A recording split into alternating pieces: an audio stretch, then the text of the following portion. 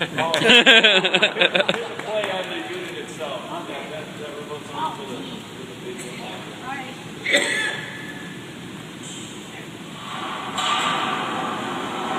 For experiments that require a longer duration microgravity environment, the NASA Lewis Zero Gravity Research Facility is available.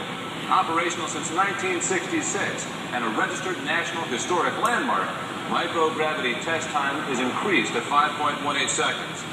The size and weight of experiment packages can also be significantly increased compared to the smaller and lighter drop tower rigs. The steel vacuum chamber, which measures 20 feet in diameter, extends 509 feet below the surface. A concrete casing, which is 18 inches thick, surrounds the chamber. Experiments are mounted in drop buses, which free fall 433 feet into the chamber before impacting a deceleration cart filled with expanded polystyrene pellets. Aerodynamic drag on the experiment is reduced to less than 10 to the minus 5 Gs by evacuating the chamber to a pressure of 10 to the minus 2 torr.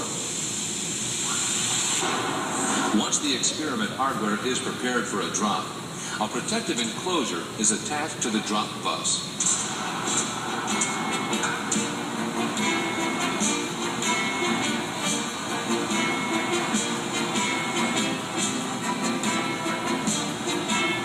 The cylindrical drop bus is positioned at the top of the vacuum chamber, where it is suspended by a bolt and a hinged plate release mechanism.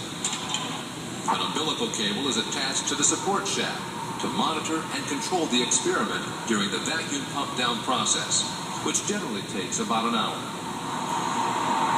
Your switch is all set in. The switches are set. Master switch on. Inside the control room, facility personnel can remotely configure the experiments and execute any pre-drop sequences that may be necessary. Key switches on. Close V2. To release the experiment, a pneumatic cylinder is activated, which bends and breaks the bolt holding the hinged plate closed.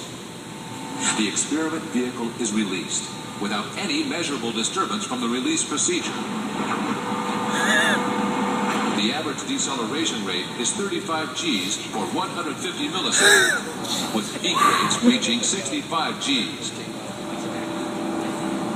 In addition to the onboard data acquisition system, some data can be transmitted via telemetry and recorded in the control room, allowing investigators to monitor experiments in real time. Once the chamber is returned to normal atmospheric pressure, facility personnel can retrieve the drop bus.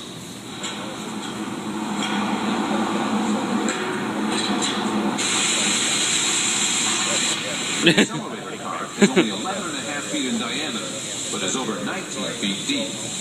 A vacuum system is used to withdraw the pellets and uncover the drop bus. The cylindrical-shaped experiment vehicle accommodates hardware weighing up to 1,000 pounds and measuring up to 3 feet in diameter. 28-volt battery packs provide power for experiments during the drop. Onboard data acquisition systems can record test parameters such as pressure, temperature, and flow rates. High-speed film cameras and video cameras are also on board.